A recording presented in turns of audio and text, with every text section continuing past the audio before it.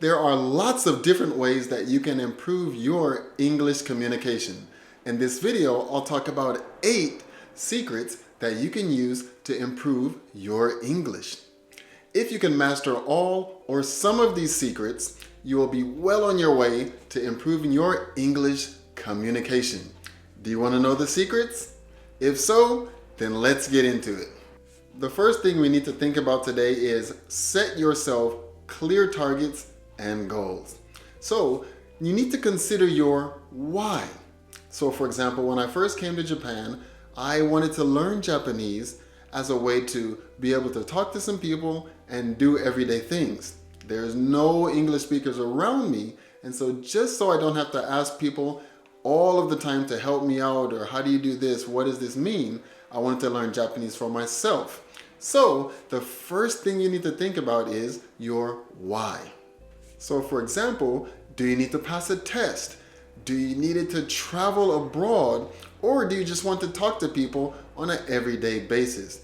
Decide your why first, and then you're going to have something that you're going to be able to shoot for.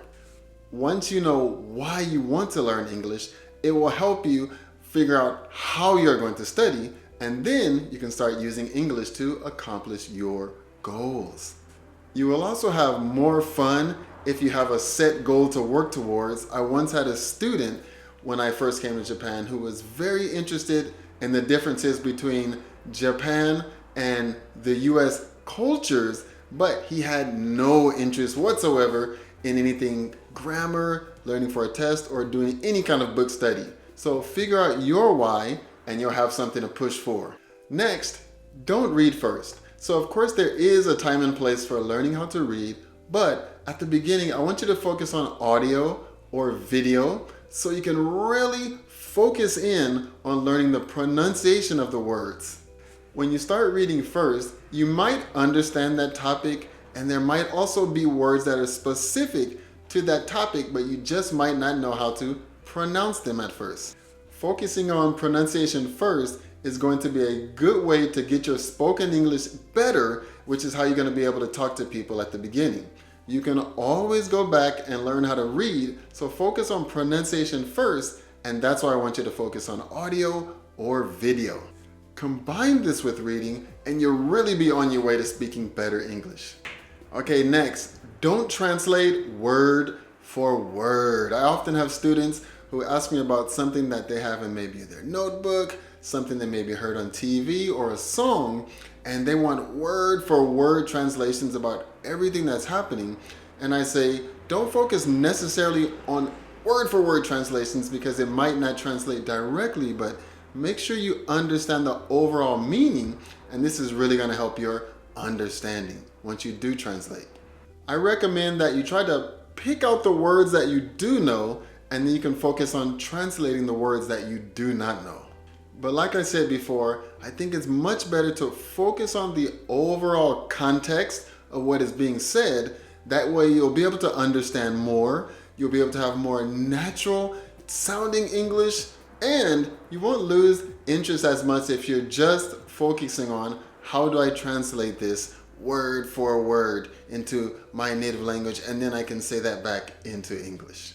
Okay, and the next thing that you can think about is forget about writing. So if you're focusing on being able to speak, going abroad, or maybe using your English for work, don't worry about writing first. You can always go back and improve your writing. So first, I want you to focus on your speaking and your listening. Now, of course, if you are going to be doing something for a test, if you need to do something for work, or you do have to focus on writing, then this point, writing is going to be what you're going to focus on first. And this is going to go all the way back to point number 1, where I want you to think about what is your why for learning English. So if you need to be able to speak, focus on speaking first, because you can always go back and improve your writing skills.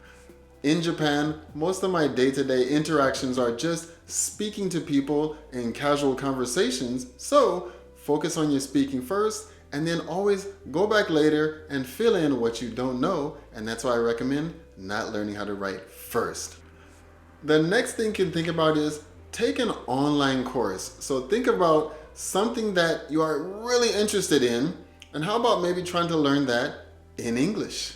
This way, you might be able to stay more focused because you really have to know your English well enough to be able to understand something else in a language that is not native to you.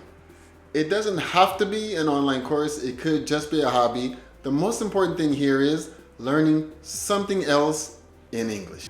For anyone who has seen any of my videos before, I have probably mentioned joining a basketball team when I first got to Japan, and this is where I learned my first Japanese because we were all focused on being able to play better as a team. So take an online course, pick up a hobby. The most important thing I want you to do is try to do it in English. This will be a fun way to use the language that you're learning to learn something else.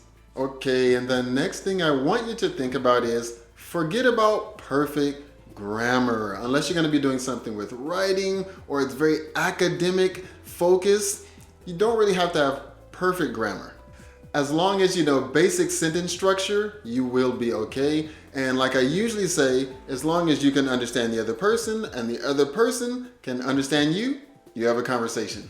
You can get better by making mistakes and fixing your grammar as you go. You don't want small mistakes or not being perfect to be the thing that holds you back from even having a conversation in the first place.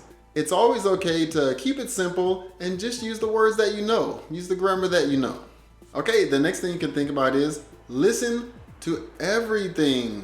I want you to get in the habit of listening to as many different types of English as possible. Everyone speaks differently, so you should also get in the habit of listening to different types of English. For example, listen to podcasts, YouTube videos, or audiobooks. The more English that you can get comfortable with, the better that it will be for you. The last secret I'd like to talk about today is practice English every day. Maybe it's only 5 minutes or maybe it's 15 minutes, but the key is practice something in English every day. So go over some new words that you've learned. See if you can try to speak to someone in English. Listen to a YouTube video or go over some pages of an audiobook. The thing is, whatever you do, just make sure that you have a little time each day to make sure that you're practicing English, and this will be the best way for you to improve little by little. Okay, I hope this video helps you improve your English. If you got some good benefit out of it, please hit the like button down below. Also, share this with someone that you think it will help. If you're interested in more ways that you can practice English every day, check out this video right here. Thanks for watching, and I look forward to see you guys in the next video. See you!